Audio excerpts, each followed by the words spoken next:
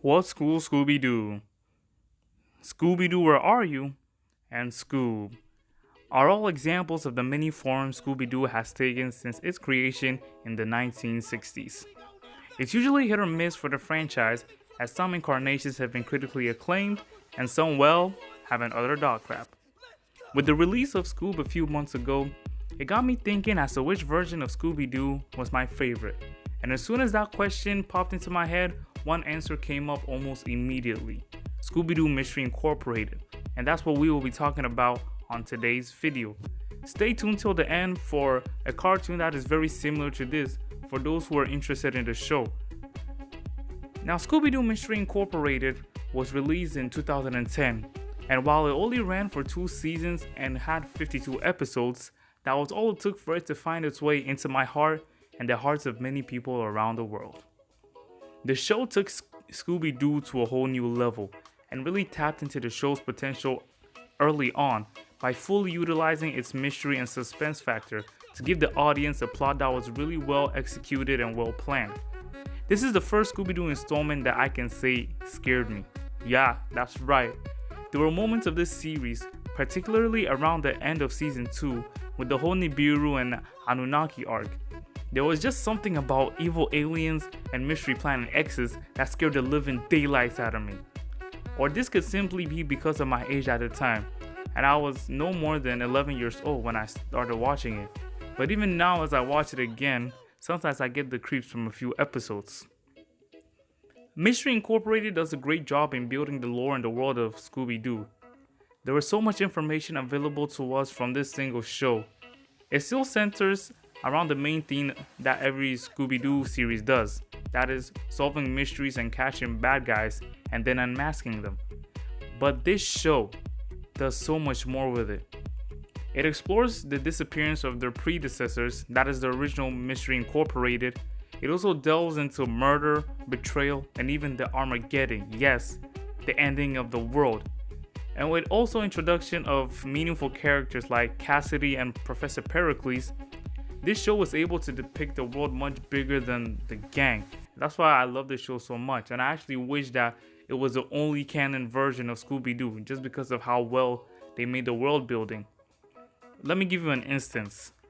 In this version, they find out that many groups made up of humans and animals have long existed before them, and they were solving mysteries. You see something like this, the team made it into something more than it was. They gave it a backstory, they gave us something to watch, something that kept us going, and I think that was what made this show so good to us. The gang realized that the fate of their universe rested on their shoulders. No pressure, right? But that is one of the reasons why this show is so great. Anyways, the writers also inculcated a lot of adult themes into the show, including finding your reason for existence, kidnapping, and oh yeah, attempted murder by a flippin' parrot. So well, yeah, the show wasn't afraid of taking risks, and this is one of my favorite features of Mystery Incorporated. The writers don't shy away from these adultified topics, and they even experiment with them to make the show better. And in retrospect, I think it really paid off. But I really think the show deserves more recognition. And even though many people seem to like it, I would have wanted it to create a cult-like following, like Owl House or like Amphibia is doing right now. Even though the show is really acclaimed, a lot of people seem to have good messages about it. It seems that it hasn't really built that core fan base, or even if it has, that fan base is so small, I don't really see it. Now, let's take a look at some of my favorite episodes and why I love them so much. And now the first one we have is Fear of the Phantom.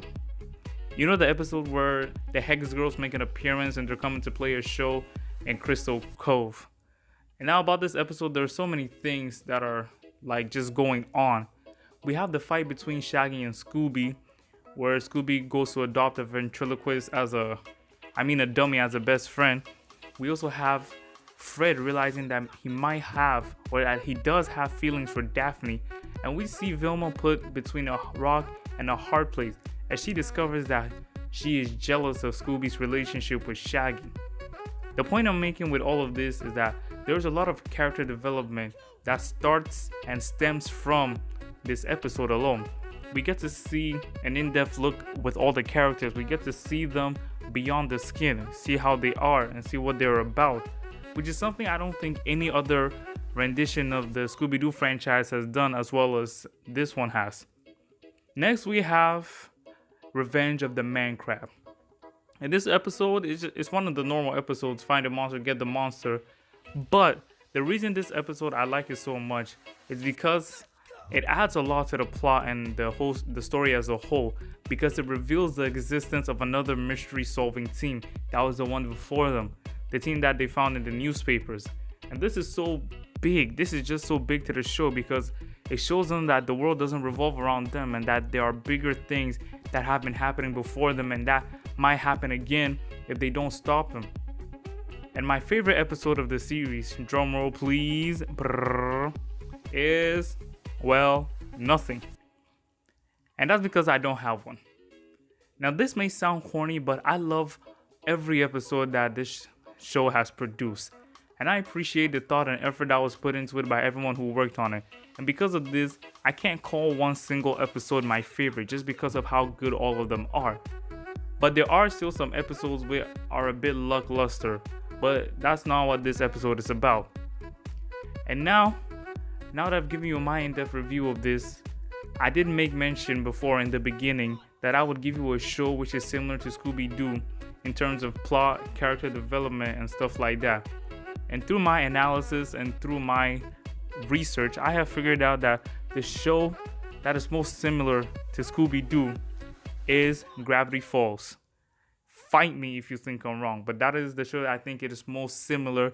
And Gravity Falls actually is way bigger than Scooby Doo Mystery Incorporated. It has that core fan base, and it has one of the biggest fandoms of any animated shows of recent times. But if you weren't interested in Scooby Doo Mystery Incorporated, then I do think that you will find a lot to love in Gravity Falls, especially because it does dwell in the mystery suspense arc that Scooby Doo does. So I hope you enjoy this. I certainly enjoyed making this as I was taking back to my childhood. That was a good nostalgia trip.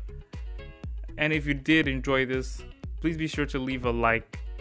Comment below, tell me your thoughts on the show as a whole. Tell me your thoughts on Gravity Falls 2 if you've actually watched it or if you haven't, or if you're going to check it out later. Make sure to share this video with your friends, subscribe, and I will see you guys next time.